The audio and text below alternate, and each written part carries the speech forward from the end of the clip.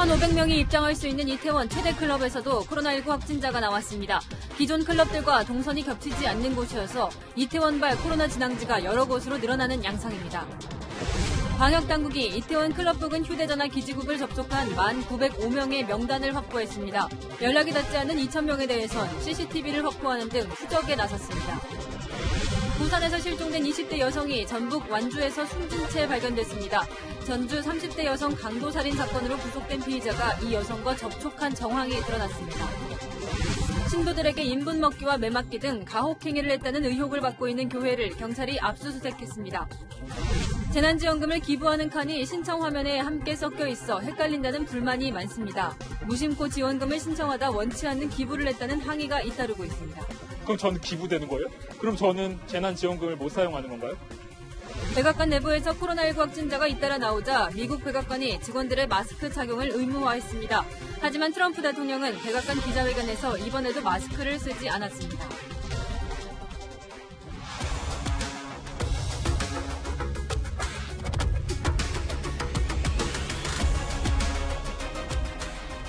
안녕하십니까. 뉴스에이 동정민입니다. 이태원 클럽 첫 확진자가 나온 지 엿새 만에 100명을 넘어섰습니다. 그런데 첫 진앙지가 흔들리면서 방역당국이 혼돈에 빠졌습니다. 지금까지는 2일 이태원 클럽 5군데를 다닌 용인 환자가 첫 환자인 줄 알았는데 이 비슷한 시각 다른 이태원 클럽에서 증상이 발현된 새로운 확진자가 나온 겁니다. 방역당국은 심지어 이 클럽 이전에 다른 곳에서 이미 지역 감염이 시작됐을 가능성도 보고 있습니다. 그렇다면 지금 이 시각에도 어디선가 전파되고 있다는 불안감이 생깁니다. 첫 소식 이상현 기자입니다. 이태원의 한 호텔 지하층에서 운영되는 클럽 메이드. 1,500명이 입장 가능한 이태원 최대 클럽 중 한 곳입니다. 고강도 사회적 거리두기 기간 문을 닫았던 이곳은 황금 연휴를 앞둔 지난달 28일 영업을 재개했습니다. 코로나 시작하고 문 닫았었잖아요. 그러다가 이제 열었을 때 순서가 기다리더라고요. 연휴 기간인 지난 2일 이곳을 방문한 20살 남성이 어제 코로나19 확진 판정을 받았습니다. 킹, 퀸 등의 기존 확진자들의 동선이 겹치지 않은 곳에서 확진자가 발생한 겁니다. 이태원 클럽 첫 확진자인 용인 29살 남성의 동선은 지하철 이태원역 3번 출구 방면의 5곳, 메이드와는 5분 거리입니다. 이 밖에도 동선이 겹치지 않는 피스틸, 핑크 엘리펀트라는 유흥주점에서도 확진자가 나왔습니다. 이태원 일대 클럽과 주점 등 유흥시설에서 동시다발적인 전파가 있었던 겁니다. 방역당국은 또 첫 확진자 외에도 2일에 증상이 나타난 또 다른 초발 환자가 있었던 사실도 확인했습니다. 이태원 클럽의 집단 발생은 그렇게 하나의 진앙지로부터 시작된 그런 감염이 아니고 다양한 진앙지를 갖고 있는 것으로 판단을 현재 하고 있습니다. 여러 개의 연결고리로 인한 환자 폭증 가능성을 배제할 수 없는 상황이라는 겁니다. 방역당국은 추적조사를 통해 이태원 클럽으로 인한 지역사회 감염 위험을 분석하는 등 긴장감은 고조되고 있습니다. 채널A 뉴스 이상현입니다. 감염 경로를 알 수 없는 환자가 또 있습니다. 오늘 전북에서 이태원 클럽을 다녀온 공중보건의 한 명이 확진 판정을 받았는데 이태원 클럽 첫 확진자가 지나간 지 사흘 뒤에 그것도 다른 클럽을 방문했던 것으로 확인됐습니다. 이 보건의는 클럽을 다녀온 후 환자 수십 명을 진료해 추가 전파도 우려됩니다. 신선미 기자입니다. 전북 김제시 보건지소에 근무하는 33살 남성 공중보건의가 코로나19 확진 판정을 받은 건 오늘 오전. 보건의는 지난 5일 새벽 이태원 주점과 확진자들이 나온 파운틴 클럽을 다녀온 것으로 파악됐습니다. 그런데 이 보건의는 클럽을 다녀온 뒤 곧바로 진료 업무를 받습니다. 클럽에 다녀온 다음 날인 6일 오후에는 선별진료소에서 또 7일과 8일, 11일에는 보건지소에서 근무하며 30명가량 진료한 것으로 확인됐습니다. 환자들에 대한 코로나 검사는 진행 중입니다. 특히 방역당국이 지난 7일부터 이태원 클럽 방문자들에게 자진 검사를 독려했지만 보건의는 나흘 뒤인 어제 검사를 받았습니다. 5월 5일 날 방문을 했기 때문에 어쩌면 내가 방문했던 곳이 아니구나 하는 안도도 있을 거고요. 또 한편으로는 증상이 전혀 없었기 때문에 공중보건의는 대구에 의료 지원을 다녀왔는데 14일간 자가격리 이후 해제 전에는 별도로 검사를 받지 않은 것으로 파악됐습니다. 전북도는 사회적 거리두기 기간 보건의가 이태원 클럽을 방문한 게 법적으로 문제가 없는지 검토하고 있습니다. 부산에서도 이태원 클럽발 확진자가 또 나왔습니다. 지난 8일 21살 남성이 확진된 데 이어 오늘도 지난 2일 이태원 소호클럽을 다녀온 27살 남성이 확진됐습니다. 오늘 확진된 남성은 클럽을 다녀온 뒤 직장에 출근해 해당 기업의 일부 시설이 폐쇄되기도 했습니다. 채널A 뉴스 신선미입니다. 무엇보다 시급한 건 전국으로 꽁꽁 숨어버린 이태원 클럽 방문자들을 찾아내는 일입니다. 이 주변에 바이러스를 퍼뜨리기 전에 검사를 받게 해야 하는데요. 방역당국은 이태원 일대의 기지국에 접속한 만여 명의 명단을 확보해 문자를 보냈고 CCTV 추적도 시작했습니다. 김단비 기자입니다. 방역당국이 확보한 명단은 우선 확진자가 잇따라 나오는 이태원 클럽 5곳 주변의 기지국 접속자들입니다. 지난달 24일부터 5월 6일 동안 매일 0시부터 새벽 5시까지 휴대전화를 사용한 이들로 1,905명입니다. 코로나 바이러스가 집중적으로 전파됐을 것으로 보이는 기간으로 이태원에 30분 이상 머문 사람들입니다. 여기다 같은 기간 5개 클럽에서 사용된 카드 사용 내역도 확인해 494명의 신원도 파악했습니다. 우선 이들에겐 오늘 오전과 오후 2차례 문자를 보내 신속히 코로나 검사를 받으라고 요청했습니다. 감염병과의 싸움은 속도전입니다. 문자 안내를 받으신 분들은 빠른 시간 내에 가까운 보건소 및 선별진료소를 방문해서 검사를 받으셔야 됩니다. 또 앞서 클럽 5곳의 방문자 가운데 연락이 닿지 않고 있는 2,000명에 대한 추적도 속도를 내고 있습니다. 용산경찰서는 이태원 클럽 관련 CCTV 자료를 확보했습니다. 접촉자들을 추적하고 있으며 역학조사에 협조하지 않는 분들에 대해서는 경찰에 협조하여 CCTV 조사 등 대응해 나갈 계획입니다. 이런 가운데 기존 클럽 5곳 이외에 메이드에서도 확진자가 나오면서 이태원 방문검사 대상자는 급증하고 있습니다. 지난 1일 밤과 2일 새벽에만 1,400명 넘게 클럽 메이드를 다녀간 것으로 파악되고 있습니다.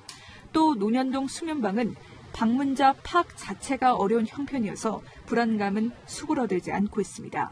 채널A 뉴스 김단비입니다. 빨리 찾아야 하는 이유는 여기에 있습니다. 지난 2일 이태원 클럽에 다녀온 남성이 10일 확진 판정을 받았는데 그 사이 서울 강남에 출근하면서 직원 6명에게 전파했습니다. 같은 공간에 있는 근무자 3분의 1이 감염됐습니다. 구자준 기자입니다. 건물 엘리베이터 사용을 정지한다는 안내글이 붙었습니다. 건물에 입주한 건축 디자인 회사에서 근무하는 20대 남성이 확진자로 밝혀진 그제부터 건물에 대한 방역이 시작됐습니다. 지난 2일 이태원 클럽에 다녀온 남성은 기침과 오한 등의 증상이 나타나자 진단검사를 받았고 확진 판정을 받은 겁니다. 남성은 그 다음 주에 직장을 계속 출근했고 비슷한 증상을 호소하던 동료 직원 6명도 줄줄이 확진됐습니다. 건물 4층과 5층에 입주한 회사에는 모두 40명이 일하고 있는데 첫 확진 판정을 받은 20대 남성이 근무한 4층 직원 3분의 1 정도가 감염된 겁니다. 2개 층은 모두 폐쇄된 상태입니다.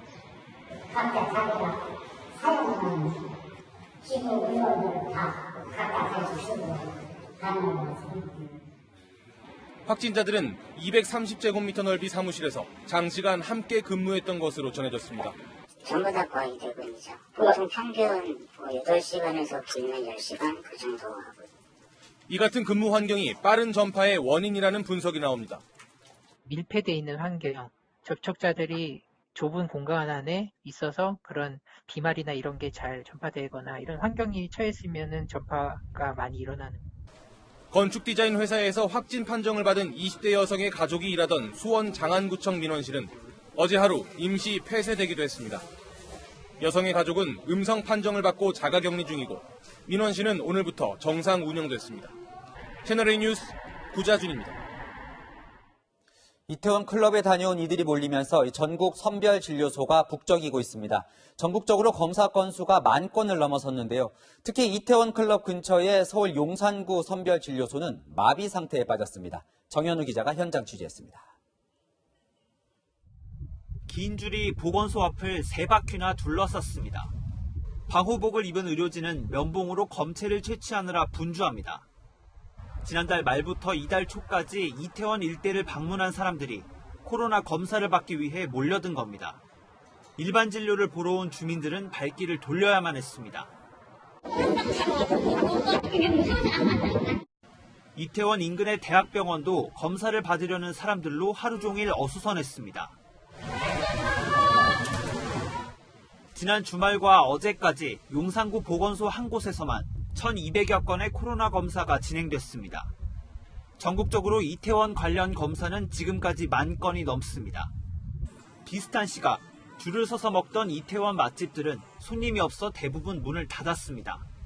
평소엔 빈자리를 찾기 힘든 카페도 썰렁합니다.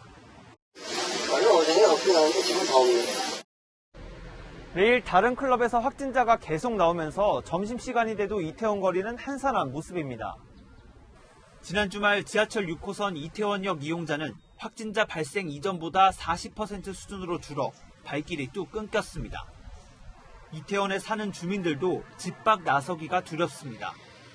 핑크로 빠져서 있으니까 모여지. 우리는 그러니까 방에만 있어. 그러니까 꼭 거기서 나와서 여사를 여가서 뭐 사고 그러지. 확진자가 계속 늘면서 용산 이태원의 풍경이 엇갈리고 있습니다. 채널A 뉴스 정현우입니다. 원어민 교사들도 이태원 클럽을 다녀간 사실이 알려지면서 학부모들이 불안해하고 있습니다. 강원도 지역 교사들인데 다른 지역 하원들까지 우리 선생님은 안 갔다고 학부모들 안심시키기 바쁩니다. 유승진 기자입니다. 지난 황금 연휴 기간 강원도에서 근무 중인 원어민 교사와 보조교사 61명이 이태원에 다녀온 사실이 알려지자 학부모들의 걱정이 커지고 있습니다. 엄청 많이 먹고 있습니다. 자기 지역이 있느냐? 태원 방문해서 원어민 교사가 있느냐? 선생님들이 안 갔다고 문자는 왔어요, 학원에서. 그런데 또 그분들의 친구분들도 또 갔다 왔을 수도 있기 때문에 좀 불안하더라고요. 정말 쉰다고 전화를 드렸어요. 온라인 맘카페에도 영어 유치원에 다시 퇴소해야 하나 잠도 안 온다. 이태원 안 갔다는 말을 안 믿죠 라는 글이 이어졌습니다. 원어민 강사를 둔 영어 유치원이나 학원은 비상입니다. 어떤 선생님도 이태원이나 주변 클럽에 가지 않았음을 확인했다며 휴대전화 문자 메시지나 공지로 학부모 안심시키기에 나섰습니다. 여쭤봤더니 이태원은 간 적이 없다고 하시더라고요. 방역 저희는 철저히 하고 있고. 학업에 공백이 생길까 걱정돼 학원의 공지를 믿고 보낼 수밖에 없다는 학부모도 적지 않습니다. 특히 영어는 꼭 해야 되는 필수도 아이들의 학업 과목이기도 해서 만약에 그런 선생님이 있었다 하면 학부모 입장에서 가만히 있을 순 없죠. 그러니까 믿고 보내는 거예요. 이태원 클럽을 다녀온 원어민 교사의 감염 여부는 지방자치단체별로 조사 중입니다. 클럽발 코로나19 확산을 차단하는 과정에서 원어민 강사에 대한 선입견은 경계해야 한다는 목소리가 나옵니다. 채널A 뉴스 유승진입니다. 이렇게 아이가 있는 학부모들의 걱정이 가장 클 수밖에 없다 보니 이태원에 다녀온 확진자에 대한 학부모들의 원성도 높습니다. 확진자가 사는 아파트에 학부모 일동이 비난 대자보를 붙이는 일도 있었습니다. 우현기 기자입니다. 지난 9일 인천 부평구의 한 아파트 1층 현관 출입문에 붙었던 대자보입니다. 학부모 일동이라고 밝힌 대자보 작성자는 학생들이 밖에 못 나가고 온라인 수업을 하는데 이태원 가서 춤추고 확진돼 좋겠다며 원색적으로 비난했습니다. 뜯지 말라는 내용도 있지만 게시되고 얼마 지난 뒤 사라졌습니다. 이곳은 지난 5일 이태원 클럽을 방문했던 20대 확진자가 살고 있는 아파트로 알려졌습니다. 시민들은 방역에 대한 일부 청년들의 안일한 인식으로 어린 학생들의 개학이 늦춰졌다며 불만을 토로합니다. 속상해. 왜냐하면 애들을 빨리 학교를 보내야 되고 정상적인 사회생활을 해야 되는데 이기적이지 않은가. 이게 나 혼자만의 노력으로 끝나는 게 아니잖아요. 그래서 저는 되게 화가 났어요. 실제 이태원 클럽에서 시작된 감염은 가족 단위 2차 감염으로 이어지고 있습니다. 인천 부평구 확진자의 누나가 지난 8일 확진 판정을 받았고 클럽을 다녀온 손자와 함께 식사한 서울 구로구의 80대 할머니도 감염됐습니다. 경기 부천시와 성남시, 서울 강북구 가정에서는 20대 아들에게 감염된 50대 엄마가 줄줄이 나왔습니다. 확진자에 대한 지나친 비난이 자진 신고를 꺼리는 현상으로 이어질까 우려하는 시민도 있습니다. 저도 그 놀이문화를 좋아하는 사람은 아니지만 그런 걸 보면서 이렇게 여러분을 이렇게 몰아가는 건 어떻게 보면 나쁘게 말하면 중세시대에 많은 사람이 있어요. 오늘 오전 확진자가 대거 발생한 클럽에는 자책하지 말라며 격려하는 손편지가 붙기도 했습니다. 채널A 뉴스 우현기입니다. 다음 뉴스입니다. 부산에서 실종 신고된 20대 여성이 전북 완주에서 숨진 채 발견됐습니다. 여성이 숨지기 전 마지막으로 만난 남성을 추적했더니 최근 다른 여성을 살인해서 구속된 남성이었습니다. 공국진 기자입니다. 도로 옆 과수원에 노란색 통지선이 설치됐습니다. 잠시 후 경찰관들이 시신을 들것에 싣고 나옵니다. 부산에서 실종 신고가 접수됐던 29살 여성이 숨진 채 발견됐습니다. 실종된 여성의 시신이 발견된 곳입니다. 발견 당시 나뭇가지로 덮여진 상태였습니다. 그때 생각보다는 좀 퉁퉁 부어있더라고요. 남자인 줄 알았어요.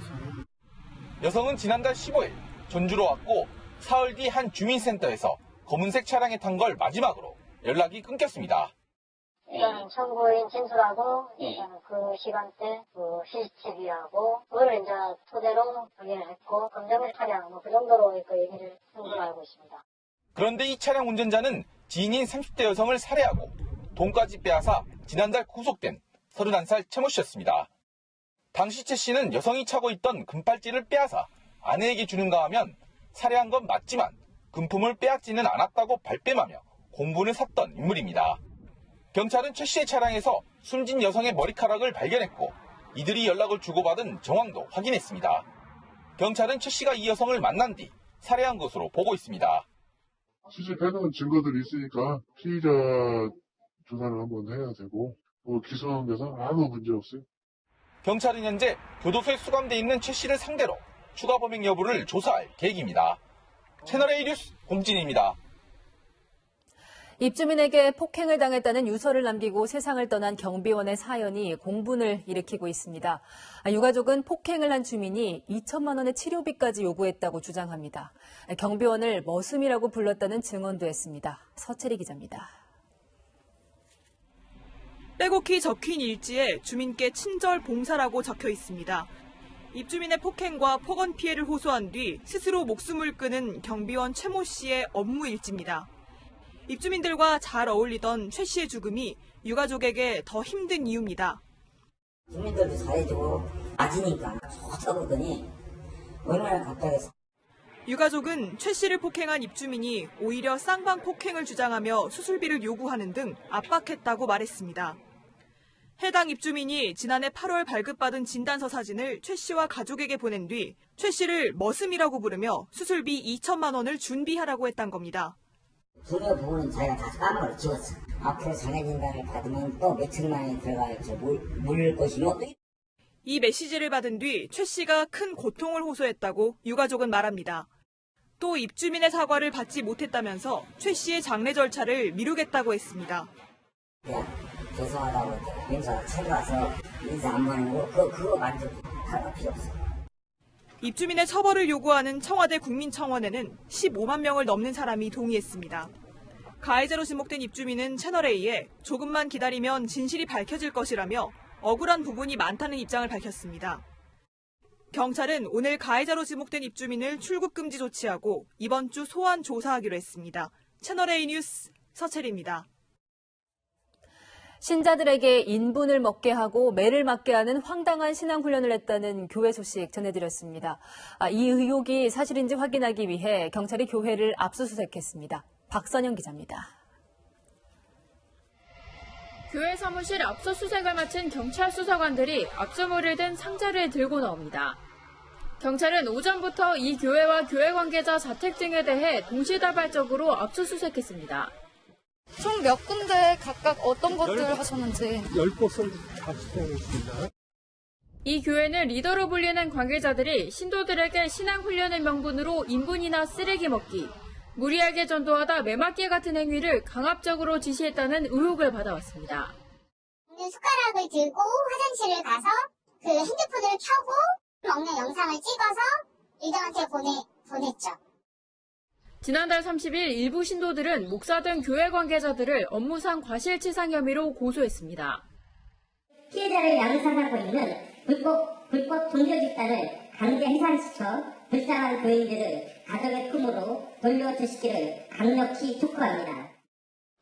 오늘 압수수색에서 교회의 신앙훈련 관련 자료를 확보한 경찰은 실제 가혹행위가 있었는지 확인하는 데 수사력을 모으고 있습니다. 교회 측은 제기된 의혹이 실제보다 부풀려졌다며 수사 결과를 지켜보겠다는 입장입니다. 이제 수사 결과를 통해서 모든 것들을 말씀드리겠습니다. 많은 부분 확대 재생산됐다는 것이 참 아쉽고 안타깝게 생각합니다. 경찰은 압수 자료에 대한 분석을 마치는 대로 고소를 당한 교회 관계자 등을 불러 조사할 계획입니다. 채널A 뉴스 박선영입니다. 텔레그램 N번방의 최초 운영자 각가 씨 구속됐습니다. 법원에 출석할 때는 모자와 마스크로 얼굴을 가렸지만 이르면 내일 얼굴과 이름이 공개될 가능성이 큽니다. 배유미 기자입니다. 180cm가 넘는 큰 키, 모자와 마스크로 얼굴을 가린 남성이 포승줄에 묶여 경찰서 밖으로 나옵니다. 텔레그램에서 성착취물을 제작 유통하는 N번방을 운영한 각가시 처음으로 모습을 드러낸 겁니다. 영장심사 전에는 아무 말도 하지 않았지만 30분간 영장심사를 마친 뒤 드디어 입을 열었습니다. 참 인정하십니까? 네, 인정합니다. 피해자들에게 죄송합니다. 죄송하다는 말씀드리고 근거가 온라인상에선 자신이 절대 잡히지 않는다고 큰 소리를 쳤지만 경찰이 5,200쪽 넘는 수사 기록과 증거를 내밀자 끝내 자백한 것으로 알려졌습니다. 법원은 각갓에 대해 구속영장을 발부했습니다. 경찰은 곧 각갓의 신원 공개 여부를 결정할 방침입니다. 경찰은 내일 신상공개위원회를 열 예정입니다. 앞서 N번방을 모방해 박사방을 운영했던 박사 조주린과 붓다 강훈, 이기아 이원호의 신상 정보가 공개된 바 있습니다. 경찰은 각각의 공범과 N번방 유료 이용자들에 대해 수사를 확대하기로 했습니다. 채널A 뉴스 배유미입니다. 이번에는 가수 출신으로 성범죄를 저지른 정준영, 최종훈 씨 소식입니다. 집단 성폭행을 하고 불법 영상을 촬영하고 유포한 혐의에 대한 2심 재판에서 형량이 1심보다 적어졌습니다. 하지만 실형을 피하진 못했습니다. 권솔 기자가 전해드립니다. 가수 정준영, 최종훈 씨는 2016년 1월 강원도 홍천, 같은 해 3월 대구 등에서 술에 취한 여성을 집단 성폭행한 혐의입니다. 정 씨는 이른바 승리 카톡방 등에 불법 촬영한 성관계 영상을 11차례에 걸쳐 유포한 혐의도 받습니다. 1심에서 각각 징역 6년, 징역 5년을 선고받은 두 사람에 대해 오늘 항소심은 각각 징역 5년, 징역 2년 6개월로 형량을 낮춰줬습니다. 피해자와의 합의 여부가 형량에 큰 영향을 미쳤습니다. 재판부는 정준영 씨에 대해선 합의를 위해 노력했지만 현재까지 합의서가 제출되지 않았다고 지적한 반면 피해자와의 합의서를 제출한 최종훈 씨에 대해선 피고인에게 유리한 사정이라고 밝혔습니다. 대신 정 씨의 경우 진지한 반성을 한다는 취지의 자료를 낸 점 등이 1년 감형 요인으로 반영됐습니다. 지난해 구속심사 때 공개적으로 사죄의 뜻을 밝혔던 정 씨는 최후 진술에서도 반성, 또 반성하며 살겠다고 말했습니다. 제가 저지른 일에 대해 평생 반성하면서 살아가겠습니다. 정말 죄송합니다. 반면 최 씨의 경우 공소 사실 자체를 부인하는 등 진지한 반성이 부족하다는 점이 대폭 감형에도 불구하고 실형을 피하지 못한 이유가 됐습니다. 이런 가운데 두 사람과 함께 기소된 유명 가수의 오빠 권모 씨는 1심과 같은 징역 4년형을 선고받았습니다. 채널A 뉴스 권솔입니다. 성추행 파문 이후 잠적을 감춘 오거돈 전 부산시장. 급했는지 관사에서 키우던 반려견도 버리고 갔습니다. 방송에서 평생 책임지겠다고 입양한 유기견인데 부산시가 떠맡게 됐습니다. 배영진 기자입니다. 관사 한편에 설치된 울타리 안에 개 2마리가 앉아 있습니다. 친구를 만나자 반가운 듯 연신 꼬리를 흔듭니다. 오거돈 전 부산시장 부부가 키우던 반려견 핫과 루비입니다. 2018년 오 전 시장 부부가 방송 프로그램에 출연해 유기견 남매의 이들을 입양했습니다. 당시 오 전 시장은 개들을 평생 책임지겠다며 시청자들에게 유기견 입양을 권하기도 했습니다. 오 전 시장이 사퇴한 뒤 관사를 떠났지만 반려견들은 그대로 남아있습니다. 졸지의 주인을 잃은 개들. 그동안 관사 관리인의 보살핌을 받으며 지내왔는데 결국 부산시가 입양하기로 했습니다. 시장님이 갑자기 이제 연락이 이제 저희 쪽하고 이제 두절이 되고 저희가 관리를 하면서 이제 키울 계획인데 한누비한테 이제 최고 이제 좋은 방향으로 유기견을 입양했다 대책 없이 다시 버린 오 전 시장 부부에 대해 시민들은 황당함을 감추지 못합니다. 강아지를 다른데 입양을 해주시든지 그렇게 좀 하고 갔었으면 어땠을까. 이 아이들도 아마 기다리고 있을 거거든요, 분명히. 한편 오 전 시장의 행방은 여전히 오리무중입니다. 지난 4일 경남 거제의 한 펜션에 은신해 있다 목격된 이후 다시 종적을 감췄습니다. 경찰 수사 역시 오 전 시장에 대한 소환 조사나 피해자 측 고소나 진술을 확보하지 못해 지지부진한 상황입니다. 채널A 뉴스 배영진입니다. 미국 백악관이 직원들의 마스크 착용을 의무화했습니다. 대통령 경호원을 포함해 내부 확진자가 쏟아지자 뒤늦게 내린 조치인데요. 딱 한 사람, 이 트럼프 대통령만은 예외였습니다. 김민지 기자입니다. 미국 백악관에서 열린 트럼프 대통령의 기자회견. 당국자들이 죄다 마스크를 쓰고 나타났습니다. 백악관에서 코로나19 확진자가 나오자 트럼프 대통령이 마스크 착용을 의무화시킨 겁니다. 하지만 본인은 예외였습니다. In the case of me, I'm not close to anybody. In my case, I'm very far away from everyone. 이처럼 트럼프 대통령이 마스크를 쓰지 않으면서 당장 마스크 착용을 두고 혼선이 벌어지고 있습니다. 최근 한 상점에선 마스크 착용을 요청한 직원들이 남성들에게 폭행당하는 일이 일어났습니다. 아울러 일부 수감자들은 같은 컵으로 물을 마시는 수법 등을 통해 코로나19에 고의로 감염됐다가 경찰에 적발됐습니다. If they tested positive, that there was a way to force our hand and somehow release more inmates out of our jail environment. And that's not going to happen. 미국의 코로나19 누적 확진자가 135만 명에 육박하는 가운데 트럼프 대통령의 발언을 놓고 인종차별 논란이 일고 있습니다. Why is this a global competition to you if everyday Americans are still losing their lives? And maybe that's a question you should ask China. Don't ask me, ask China that question, okay? 중국계인 기자에게 중국에 물어보라고 쏘아붙인 겁니다. 당시 트럼프 대통령은 기자와 설전을 벌이다 돌연 기자회견을 중단하고 나가버렸습니다. Appreciate it. Thank you very much. 채널A 뉴스 김민지입니다. 잡아갈 테면 잡아가라. 전기차의 선두주자 테슬라 CEO 일론 머스크가 공장을 재가동했습니다. 이 주정부가 내린 봉쇄령을 무시하고 경찰 체포도 감수하겠다며 내린 결정입니다. 그런데 트럼프 대통령은 오히려 머스크를 지지했습니다. 미국 실리콘밸리 윤수민 특파원입니다. 중국의 전기차 생산 공장 행사장에서 막춤을 추는 테슬라의 CEO 일론 머스크. I think something that would be, I think, super cool would be to, and so we're going to do it. I mean, we're going to try to do it. 영화 아이언맨의 실제 모델이자 괴짜로 유명한 그가 정부 방침에 반기를 들었습니다. 주정부의 봉쇄령으로 멈춰선 공장을 다시 돌리겠다며 잡아가려면 잡아가라고 선언한 겁니다. 지난 3월 23일 생산을 중단했던 테슬라 프리몬트 공장은 오늘부터 재가동됐는데요.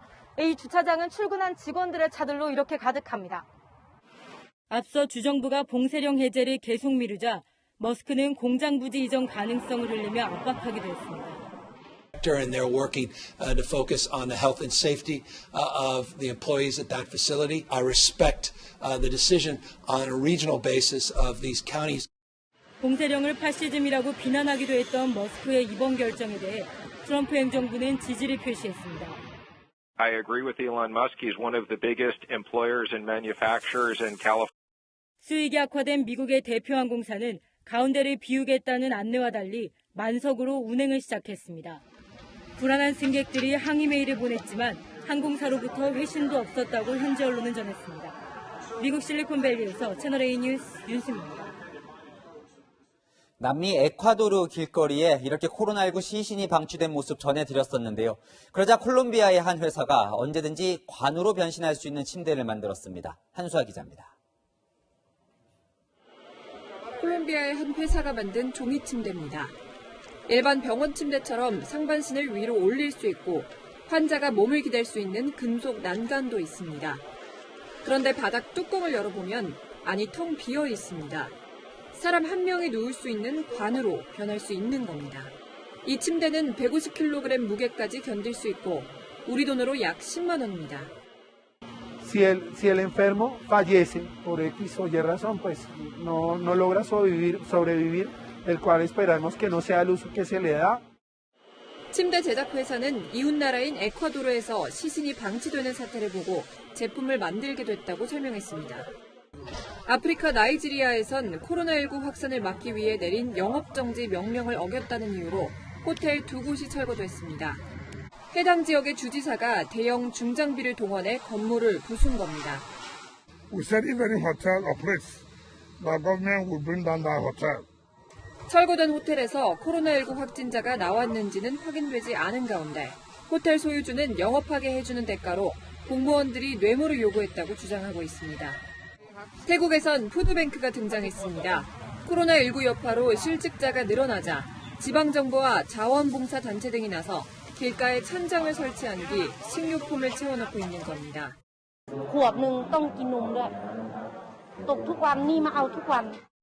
푸드뱅크에는 쌀과 달걀, 물 등이 채워지고 있고 태국 전역으로 확산되고 있습니다. 채널A 뉴스 한서입니다. 전 세계가 마스크를 쓰는 이유는 침이 가장 빠른 코로나 전파 경로이기 때문이죠. 중국의 식당 요리사가 마스크도 없이 음식에 침을 뱉는 모습이 CCTV로 포착돼 중국 사회에 공분을 사고 있습니다. 베이징 권호역 특파원입니다. 채소를 볶던 요리사가 고개를 숙이더니 음식에 침을 뱉습니다. 맛이 강해 못 먹겠다며 손님이 다시 조리를 부탁한 음식에 이런 행동을 한 겁니다.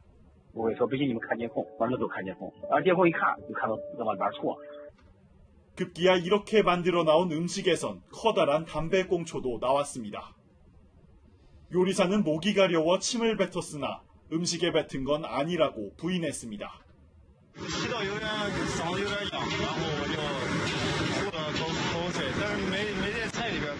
주방 CCTV에선 더 충격적인 모습도 확인됐습니다. 코로나19 사태에도 요리사 대다수가 마스크를 쓰지 않았고 재채기도 했습니다.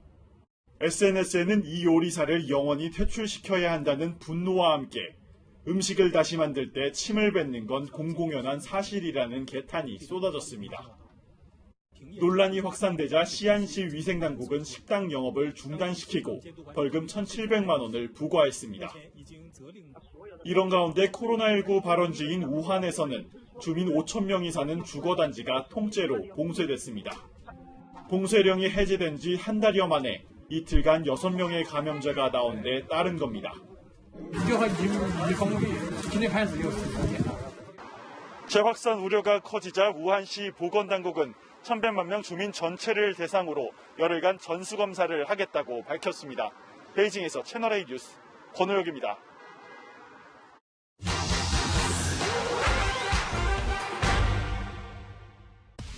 사실만 짚어드리는 팩트맨입니다. 라이언 일병 구하기로 잘 알려진 배우 톰 행크스도 코로나19에 걸렸었죠. 그는 함께 코로나19에 걸린 아내가 후각을 잃어버려 음식을 전혀 먹지 못했다고 말했는데요. 확진자 중에 냄새를 못 맡는 사례 잇따르자 우리 정부도 코로나19의 진단 기준 새롭게 추가했습니다. 후각 및 미각 소실 등은 유증상자로 분류하여 적극적으로 검사를 공고하도록. 일부에선 이 코로나19에 걸리면 꽃향기와 분뇨 냄새조차 구분하지 못한다는 말도 있는데 사실인지 따져보겠습니다. 프랑스 연구진이 발표한 논문을 살펴보겠습니다. 코로나19에 걸린 40대 환자에게 장미, 캐러멜, 염소치즈, 과일, 그리고 가축분뇨 거름 냄새를 맡게 했습니다. 이 환자 코막힘이나 비염도 없었는데요. 이 모든 냄새 전혀 구별하지 못했습니다. 무슨 일이 생긴 건지 실제 CT 사진을 볼까요? 표시된 부분, 이 냄새, 공기가 통과하는 곳인데요. 연구진들은 이곳에 염증이 생겨 냄새가 도달하지 못했다고 설명합니다. 해외 사례만이 아닙니다. 대구 지역 의사회가 대구 지역 코로나19 확진자를 대상으로 조사했더니 15.3%가 후각 또는 미각에 문제가 있다고 응답했습니다. 의사 선생님께 직접 물어보죠. 선생님, 노출된 감염자의 후각 손실 사실일까요? 네, 맞습니다. 후각 세포는 코 안에서 점막 밖으로 노출되어 있습니다. 코로나 바이러스가 특히 취약하고요. 코 속 구조를 직접 살펴보면 냄새를 맡는 신경, 바로 여긴데요. 코로나19 바이러스가 신경을 공격해 일시적인 후각 저하가 나타날 수 있다는 겁니다. 여기서 하나 더, 코로나19 증상과 비염 구별이 쉽지 않죠. 비염이 없었는데 냄새를 맡지 못하거나 콧물, 재채기 없이 냄새를 잘 맡지 못한다면 코로나19 검사 필요할 수 있습니다. 이 밖에도 궁금한 사항 팩트맨으로 제보 부탁드립니다. 이상 팩트맨이었습니다. 네, 긴급재난지원금 신청 이틀째인데 신청하셨나요? 지원금 신청과 기부 신청이 한 페이지에 있어서 실수로 기부를 했다는 분들도 있습니다. 불만이 많이 제기되자 정부가 인터넷 창을 개선하기로 했습니다. 이현용 기자가 보도합니다. 인터넷에 올라온 긴급재난지원금 신청 후기입니다. 100만 원의 지원금 전액을 실수로 기부금으로 입력했다며 주의사항을 안내하는 동영상도 올렸습니다. 실수로 기부 금액의 100만 원을 입력하고 신청해 버렸는데 많은 분들이 저와 똑같은 실수를 하셨다 하여 이렇게 영상을 찍게 되었습니다. 부모님이 실수로 기부를 누르셨다. 젊은 사람들도 헷갈리게 만든 것 같다며 공감하는 댓글이 이어졌고 카드사 상담센터에는 기부 취소 문의가 빗발쳤습니다. 화근은 지원금 신청과 같은 화면 안에 담긴 기부금 신청란이었습니다. 기부금액에 마치 자기가 재난지원금을 신청하는 금액으로 잘못 이렇게 해서 하다가 이게 뭐지 해서 다시 확인하고 그렇게 해서 다시 했어요. 기부란이 있는 줄도 모르고 신청을 마친 시민도 있었습니다. 그럼 전 기부되는 거예요? 만약에 기부 항목에 전체 기부로 체크하셨다면 기부가 될 수 있죠. 그럼 저는 재난지원금을 못 사용하는 건가요? 그렇죠. 확인해 봐야겠네요. 저를 몰랐어요. 실수로 기부 버튼을 누른 경우 신청 자료가 정부로 넘어가는 당일 밤 11시 30분 이전에 취소해야 합니다. 당 카드사 홈페이지나 모바일 앱이나 콜센터를 통해서 당일 중에는 수정하시고 싶은 기부 현황에 대해서 수정이 가능하신 상황입니다. 기부를 유도한다는 비판이 일자 정부는 내일부터 전액 기부 선택 시 팝업 창을 통해 재차 확인할 수 있도록 개선했습니다. 또 당일 기부를 취소하지 못하더라도 나중에 주민센터를 통해 수정이 가능하도록 하겠다고 밝혔습니다. 채널A 뉴스 이현용입니다. 내일부터는 긴급재난지원금이 순차적으로 입금됩니다. 대형마트에서는 사용할 수 없다고들 알고 있지만 마트 내 임대점포에서는 사용할 수 있습니다. 이런 가게 주인도 소상공인들인데 마트 사용 제한 때문에 손해볼 수도 있는 겁니다. 황규락 기자가 보도합니다. 대형마트에 자리 잡은 매장들. 키즈카페부터 안경점, 약국 등 종류도 다양합니다. 코로나19로 대형마트 손님이 줄자 함께 피해를 본 점포들입니다.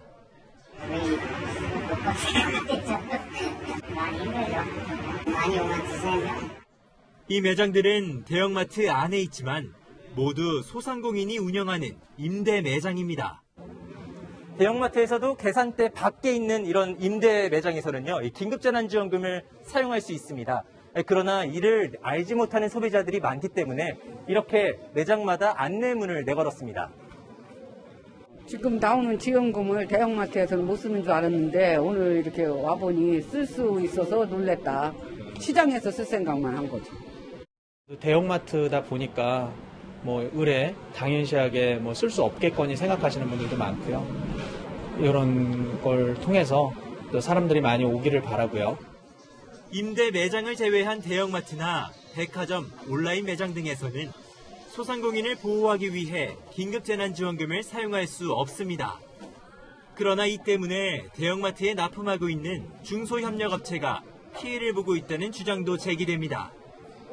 실제로 청와대 국민청원에는 대형마트는 대기업이라 버틸 수 있지만 그 안에 중소기업은 어떻게 버티겠느냐며 재난기금 사용처에 대형마트를 포함시켜달라는 글이 올라오기도 했습니다. 이미 제공된 지자체 지원금 외에 국가 긴급재난지원금은 내일 입금돼 사용할 수 있습니다. 채널A 뉴스 황규락입니다. 소비가 너무 없어서 이렇게 긴급재난지원금까지 풀었는데 전혀 딴 세상 같은 곳도 있습니다. 모레 인기 해외 명품 브랜드의 가격이 오른다는 소식에 백화점에서 달리기 시합까지 벌어졌습니다. 조현선 기자도 줄을 서봤습니다. 오전 10시 반, 백화점 셔터가 채 올라가기도 전에 수십 명이 몸을 굽혀 진입한 뒤 힘껏 달립니다. 100m 달리기 시합을 연상시킵니다. 모레부터 명품 브랜드 샤넬의 주요 제품 가격이 10%대로 오른다는 소식에 인파가 몰렸습니다. 지금 사면 700에서 800만 원대 핸드백을 100만 원 더 저렴하게 구매할 수 있다는 계산이 깔린 겁니다. 같은 시각 또 다른 백화점. 영업 전 긴 줄이 들어서자 매장 직원이 대기 번호표를 나눠줍니다. 원래 근데 이렇게 안 나오시잖아요? 네, 안 나와요. 모르겠어요. 오늘은 너무 많이 오셔가지고. 문도 열기 전 대기자가 100명을 넘었습니다. 지금 앞에 30줄 있는 거예요? 네. 그럼 얼마나 기다려야 돼요? 2시간 이상 확인해 있는데 그거는 짬뽕에 우는 아기를 안고 힘겹게 대기하는 모습도 눈에 띕니다. 대기표를 받은 지 6시간이 지난 오후 4시. 아직도 대기자가 45명이나 남았습니다. 그나마 원하는 제품이 있으면 다행입니다. 더 살 때는 안 남았을 수도 있거든요. 앞서 이달 들어 루이비통도 핸드백과 의류 가격을 인상했습니다. 297, 원래 얼마였어요? 이거 올랐어요? 실제로 이달 1일부터 10일까지 대형 백화점 해외 명품 매출은 전년 대비 30% 정도 올랐습니다. 올해는 코로나19로 해외여행을 못 가게 되면서 면세점 대신 백화점 매장에서 명품을 사는 소비자가 늘었다는 분석입니다. 채널A 뉴스 조현선입니다. 국회의원회관은 21대 국회 개원을 맞아 이사가 한창입니다. 전망이 좋거나 명당인 의원실에 들어가려는 치열한 경쟁도 시작됐다는데요. 718호 정세균 국무총리의 사무실이 가장 인기라고 합니다. 강병규 기자입니다. 의원회관 복도에 서류 뭉치가 어른 키만큼 쌓여 있습니다. 4년간의 의정활동 기록이 담긴 각종 자료들입니다. 국회 사무처에서 불출마자와 낙선자 169명에게 이번 주부터 방을 비워달라고 통보하면서 본격적인 이사가 시작됐습니다. 짐은 하루 몇 번씩 왔다 갔다 하신 거예요? 한 8번 될 것 같아요. 아마 이달 말까지는 계속 바쁠 것 같아요. 누가 몇 층 몇 호실을 쓸지 배정하는 건 각 당 원내대표의 몫입니다. 원내대표가 소속 의원과 당선자 의견을 수렴해 의원실을 배정하는데 관례상 높은 선수부터 선택권을 갖습니다. 같은 선수 의원이 똑같은 의원실을 원한다면 추첨을 하기도 합니다. 같은 층이라도 기왕이면 국회 잔디밭 넘어 한강변까지 내다보이는 방향이 인기입니다.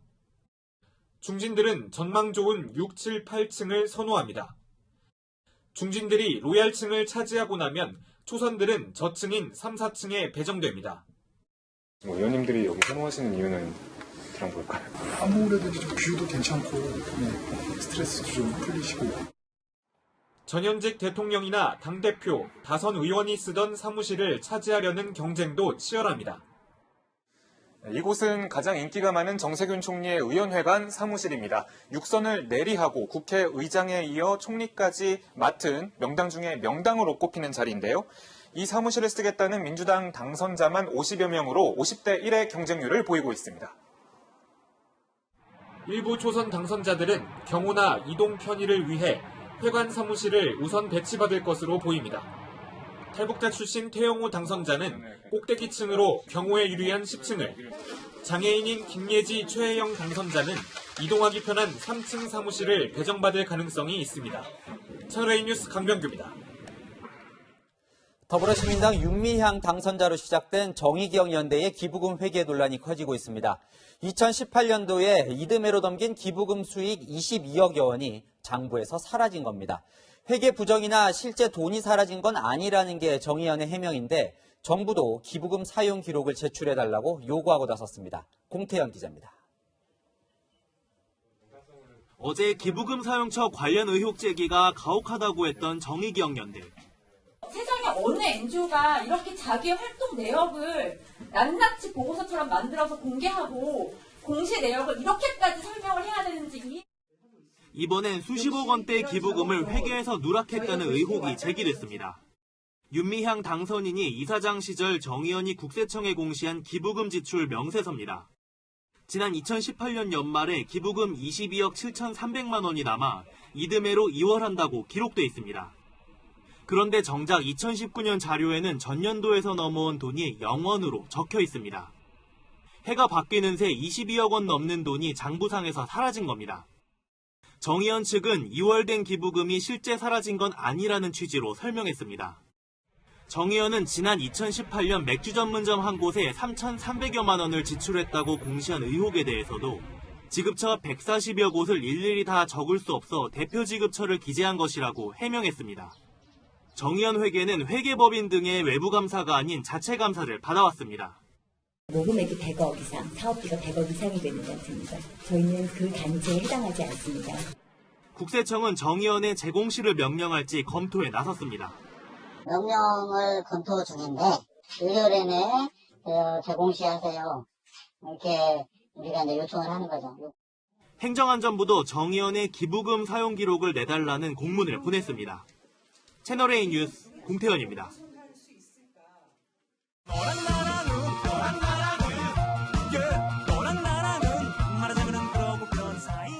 여랑야랑 시작합니다. 자, 이재명 기자 나왔습니다. 자, 방금 저희가 뉴스에서 소개드린 것처럼 이 여러 의혹에 휩싸여 있죠. 이 윤미향 당선자. 오늘 심경을 밝혔다죠? 네, 착잡한 심경을 SNS에 올렸는데 우리가 매우 익숙한 인물을 소환했습니다. 바로 조국 전 법무부 장관인데요. 자신의 딸이 여러 언론의 취재를 받고 있다면서 6개월간 가족과 지인들까지 탈탈 털린 조국 전 장관이 생각나는 아침이다. 이렇게 적었습니다. 조국 전 장관 때처럼 이 해명과 의혹이 꼬리에 꼬리를 무는 상황인데 오늘 또 새로운 의혹이 제기됐죠. 예, 윤 당선자는 자신의 자녀 유학 비용을 남편이 국가로부터 받은 보상금에서 충당했다 이렇게 밝혔었는데 김경률 전 참여연대 집행위원장은 이 보상금을 받은 건 2018년이고 윤 당선자의 딸이 미국으로 유학을 간 건 2016년이어서 시기적으로 맞지 않다 이렇게 지적했습니다. 그런데 윤 당선자는 이런 의혹들에 해명하기보다 일부 언론과 미래통합당이 만든 모략극이다 이런 주장을 되풀이하고 있습니다. 네, 정치적으로 맞서겠다 이런 의도인 것 같은데 이 비슷한 일이 벌어졌을 때 이런 조국 전 장관을 소환하는 거 이번이 처음은 아니잖아요. 예, 진보 진영에서 위기에 처하면 가장 확실한 대처법이 조국 방패가 아닌가 싶은데요. 네. 김의겸 전 청와대 대변인도 지난해 1월 조국 전 장관의 의연한 모습을 보고 총선에 출마하기로 결심했다 이런 내용의 편지글을 띄웠습니다. 당시 김 전 대변인은 부동산 투기 의혹 때문에 민주당으로부터 불출마 압박을 받고 있었습니다. 그러니까 이 조국 전 장관을 자꾸 소환하는 게 본인과 동일시하는 게 좀 유리하다 이런 판단을 한 거겠죠. 아무래도 진보 진영에서 목소리가 큰 조국 전 장관 지지자들의 어떤 지원을 기대하는 그런 심리가 아닌가 싶은데 그런데 뜻밖에도 조국 전 장관 지지자 중 일부는 윤 당선자의 글에 조국 전 장관이 고통당할 때 관심이나 있었느냐, 자신을 조국 전 장관과 비교하는 건 과대망상이다 이런 비판글도 적지 않았습니다. 네, 그러면 이 반대로 보수 진영의 공격은 더 거칠어질 것 같은데요. 네, 윤 당선자를 향해서 아예 여자 조국이다 이렇게 비판하는가 하면 뻔뻔함의 일상화는 조국 효과다 이렇게 평가하기도 했습니다. 네, 다음 주제로 넘어가 볼게요. 이 추미애 장관님 요즘 무슨 일 있습니까? 이런 제목의 기사가 있던데 무슨 일 있습니까? 네, 먼저 오늘 문재인 대통령이 주재한 국무회의 화면부터 같이 보시겠습니다. 정세균 국무총리를 비롯해서 국무위원들이 문 대통령을 기다리고 있는데 강경화 외교부 장관 옆에 한 자리가 비어 있습니다. 그러네요. 문 대통령이 입장하고 국민의례 할 때 그때 채워졌는데 빈자리의 주인은 다름 아닌 추미애 법무부 장관이었습니다. 문 대통령 입장 1분 전에 허겁지겁 들어왔다고 합니다. 이 국무회의를 취재 가면 보통 10분 전에 장관들이 다 모여 있잖아요. 그렇죠. 저도 국무회의 취재를 여러 번 했었는데 장관이 허겁지겁 들어오는 건 본 적이 없습니다. 그런데 추 장관의 실수는 얼마 전에도 있었습니다. 지난달 28일에도 문 대통령이 주재한 국무회의가 있었는데 추 장관만 뭔가 다른 게 보이실 겁니다. 네, 추 장관만 저기 보면 이제 마스크를 쓰지 않았네요. 네, 조금 있다가 마스크 대신 손수건을 사용했는데 좀 뭔가 어색하죠. 그런데 문 대통령이 모두 발언을 하자 보시는 것처럼 마스크를 쓰고 있습니다. 대통령이 발언할 때 보좌진을 통해 마스크를 전달받았다고 합니다. 저건 장관 실수로 봐야 할까요? 아니면 잘 챙기지 못한 보좌관의 실수로 봐야 할까요? 아무래도 양쪽 다 챙겼어야겠죠. 그런데 추 장관의 실수는 또 있습니다. 또 있어요. 지난 1월 코로나19 점검회의 때는 혼자 민방위복을 입지 않고 회의장에 들어섰다가 어디론가 급하게 전화를 한 뒤 회의장을 나갔다가 민방위복을 입고 다시 등장합니다. 아마도 보좌진에게 민방위복을 가져다 달라 이렇게 부탁한 것 같습니다. 이런 일이 계속 반복되다 보니까 추 장관에게 무슨 일이 있느냐 이런 말까지 나오는 겁니다. 네, 뭐 진짜 무슨 일이 있는 건 아니겠죠. 네, 아마 만약 이번 총선에서 야당이 승리했다면 공수처나 검찰 개혁 등을 두고 야당의 집중 공격을 받았을 텐데 여당이 압승을 거뒀으니 여유가 오히려 생기지 않았을까 싶습니다. 다만 대통령은 연일 속도전을 주문하는데 여유를 부릴 때는 아니겠죠. 오늘의 한마디는 긴장의 끈 조일 때 이렇게 정했습니다. 실세 장관이라 여유가 있어 생기는 실수인 듯도 하고요. 네, 지금까지 야랑야랑이었습니다. 국내 최대 자산운용사죠. 미래에셋이 중국의 보험사와 미국 법원에서 맞붙게 됐습니다. 호텔 인수 계약 때문인데 미래에셋에게 악재만은 아니라고 합니다. 왜 그런지 안건우 기자의 설명 들어보시죠. 미국 첨단 산업단지 실리콘밸리에 있는 포시즌스 호텔. 미래에셋이 지난해 9월 중국 안방보험으로부터 인수하려던 특급 호텔 중 하나입니다. 미래에셋이 인수하기로 한 안방보험 소유 고급 호텔은 캘리포니아주의 6개, 뉴욕과 워싱턴 DC 각각 한 곳 등 미국 전역에 15개가 있습니다. 호텔 15곳을 약 7조 원에 사겠다며 계약금 10%를 먼저 냈지만 지난 3일 돌연 안방보험의 계약 해지를 통보했습니다. 잔금을 치르고도 소유권 분쟁에 휘말릴 가능성 때문입니다. 집을 계약할 때처럼 일종의 보증보험인 권원보험을 들어야 하는데 미국 보험사들이 거래 대상 호텔에 대한 보장을 거부한 겁니다. 소유권과 관련하여 피소를 당했기 때문에 미국 4개 권원보험사가 15개 호텔에 대한 권원보험 발급을 거부했습니다. 해명을 요구했지만 안방보험은 오히려 계약을 이행하라며 지난달 27일 미국 델라웨어 법원에 소송을 제기했고 결국 미래에셋도 계약을 해지하고 대응에 나섰습니다. 재판은 8월 24일부터지만 결과가 나오기까지는 시간이 걸릴 전망입니다. 안방 측에서는 이제 이런 내용들을 계약 전에 충분히 다 고지했다 나올 가능성이 좀 크거든요. 사실관계가 다툼의 여지가 좀 있을 것 같습니다. 코로나19로 전 세계 호텔업계가 위기에 빠진 상황에서 해외 부동산 인수 불발이 미래에셋에겐 나쁘지 않은 출구 전략이란 분석도 나옵니다. 채널A 뉴스 안건우입니다.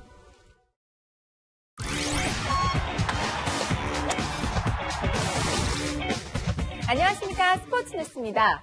오늘은 먼저 부산으로 가보겠습니다. 올해는 다를까요? 프로야구 롯데의 초반 기세가 대단합니다. 구도 부산 분위기가 들썩들썩할 텐데요. 두산전이 한창인 사직구장에 김태욱 기자 전해주시죠. 네, 롯데의 초반 질주가 무섭습니다. 개막 5연승 중인데요. 만약 오늘 경기를 이긴다면 21년 만에 개막 6연승을 이어가는 겁니다. 다만 아쉬운 점이 있다면 팬들의 부산 갈매기 함성이 여기저기서 울려 퍼져야 하는데 이 넓은 관중석이 텅텅 비어 있다는 점입니다. 그래서 경기 전에 팬들을 직접 만나봤습니다. 엄청 좋고 앞으로 우승했으면 좋겠어요. 기분 좋지. 그래, 지금 경기 가서 응원하고 싶지. 잘하니까. 가을 야구 기대봐도 좀 괜찮을 것 같네요. 올해는 좀. 아파트 한 200층 정도의 크기로 아쉬워요. 롯데 화이팅!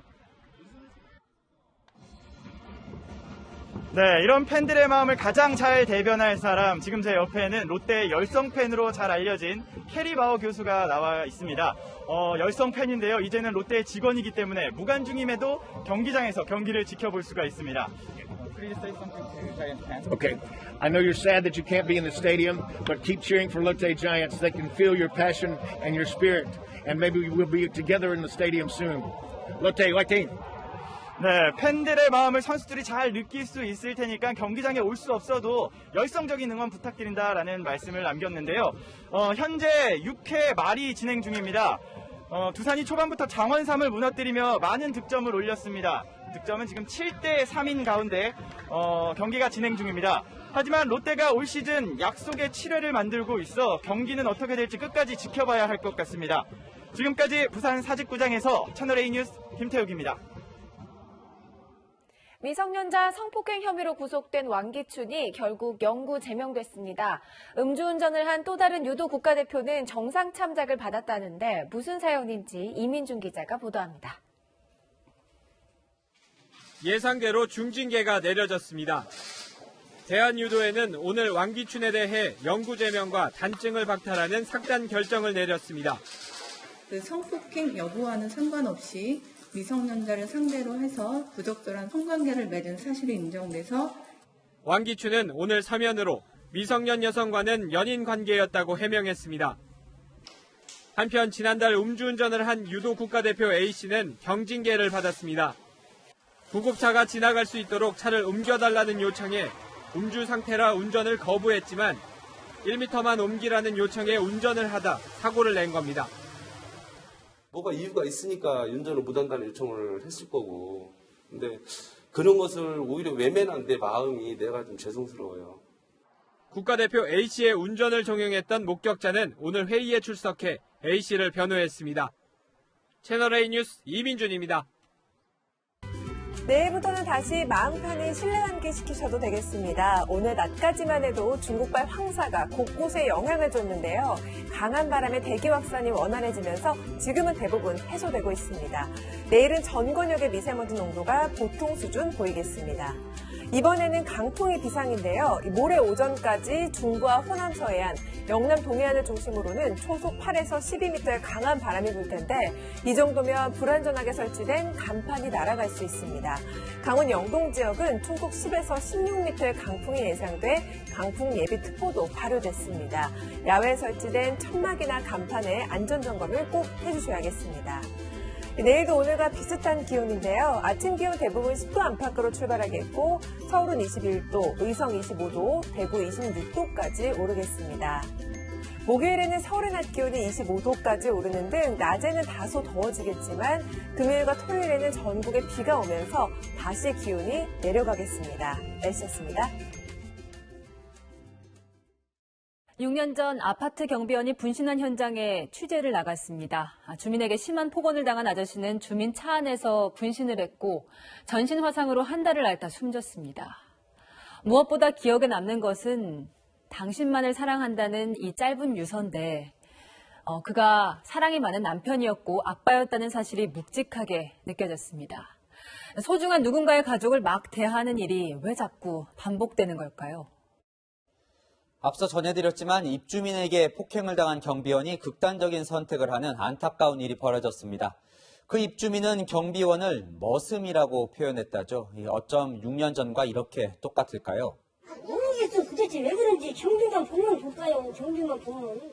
경비원을 향한 일상 속의 갑질에 화가 나고 미안한 시민들이 촛불 집회를 열었는데요. 이런 슬픈 데자뷰는 이번이 끝이었으면 좋겠습니다. 내일도 뉴스입니다.